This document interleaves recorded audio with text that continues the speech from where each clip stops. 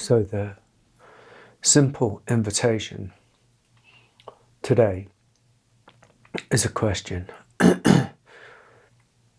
Is it easier to face yourself, or is it easier to avoid yourself? Facing yourself, avoiding yourself. I think most of us, most of the time, most of our lives, certainly those who've had painful lives, and that actually does mean most people in many ways, to a lesser or greater degree, have lived lives of avoiding themselves. And by themselves, I mean the parts that hurt, the parts that are held in shadow, the parts in the darkness. In some ways, the parts that have been left behind, because there's an energy, that's imprinted and left behind in many ways in some of the more dramatic experiences that we have had when we were younger. And so there's a part of ourself in many ways that gets left behind. And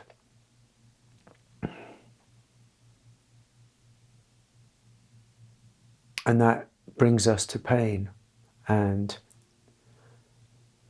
for many of us, the pain is too difficult, too unbearable, too intense, too painful. So we develop strategies, patterns, kind of tactics, a management operation, if you want to call it that, in order to shield ourselves from the pain, because it's too much and too overwhelming, and the nervous system can't handle it, and the whole of the architecture of the body, which is built for survival in so many ways, and the psyche, which is also built for survival in so many ways, develops these patterns, these ways of, in effect, at least for this conversation, avoiding ourselves. And that avoiding ourselves comes at a cost. It comes at a cost of splitting ourselves up in many ways. It comes at a cost of some often exhaustion. It comes at a cost often of some maybe chronic illness, that comes about, or depression or anxiety or stress or withdrawal, or, a sense of existential kind of confusion. It comes, it can bring about a kind of not knowing who we are, not knowing where we're going, feeling lost, projecting it outwards. And of course, it can involve a whole myriad of addictive behaviors, from the harmless in many ways, certainly on the physical level, to the extreme of extremely harmful on every level, on the physical, emotional, mental level. It can also bring us to, the avoidance of ourselves and our pain can bring us to, harming others in so many ways. So it can be very destructive, this, we don't get away with it in many ways, the avoiding of ourselves, because it means we almost have to live a double life in many ways, avoiding ourselves and being someone at the same time. So there's pain. Maybe the pain is deeper. Maybe the pain is more hidden, but still it makes its way into our lives in circuitous, more shadowy, destructive ways than we would like. But still it's making its way into our lives, because that's the nature of how life really works. And then, of course, there's the pain of facing oneself. And this is the kind of interesting one. And this is obviously on this channel, this is where where I'm going all the time. Not in a therapeutic sense, not in a fixing sense. In fact, far from a fixing sense. But the courage, the willingness, the kindness, the realization as well, that facing ourselves, although it brings about a greater pain, or a great pain, let's say,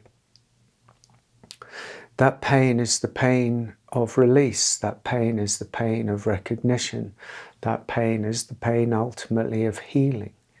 I said in a poem that pain is not the same as the pain of avoidance. This is the pain of the wound as it hits the air of awareness, the air of love, the air of recognition, the air of finally welcoming it home to us, to our wholeness. It's our capacity to say yes to ourselves. Yes, this happened. Yes, that happened. Yes, that was painful. Yes, that was wrong. Yes, this is something that hurt me deeply.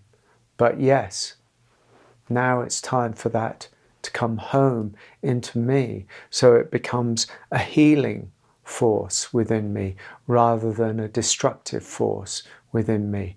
And those two things, facing oneself or avoiding oneself, one creating ultimately quite a destructive force, the avoidance of our pain, which causes its own sort of pain, or the pain of meeting ourselves, which has a quite a dramatic pain as the wound hits consciousness, hits air, hits love, hits the recognition.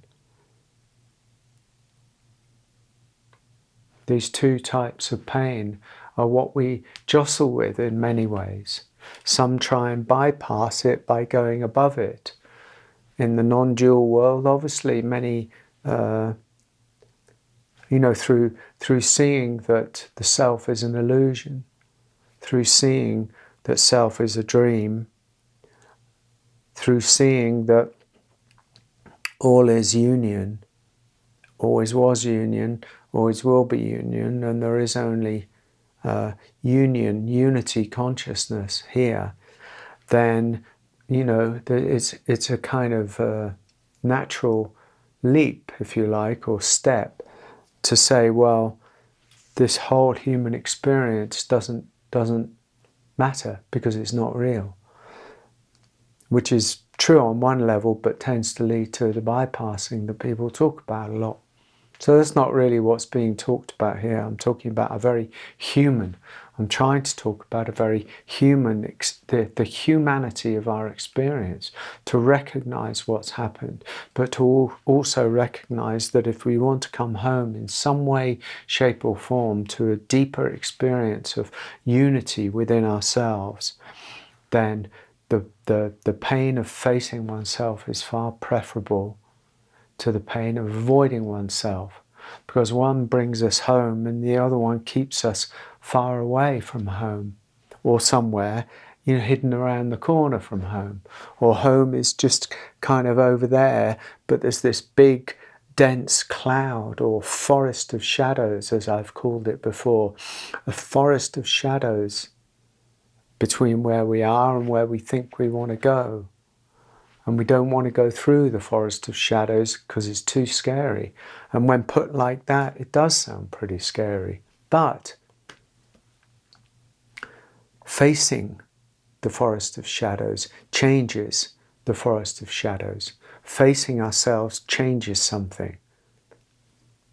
Because the courage itself, the willingness itself, the sincerity itself, the earnestness itself starts to dissolve on a level that is almost quantum, starts to dissolve the very things that we think are rigid.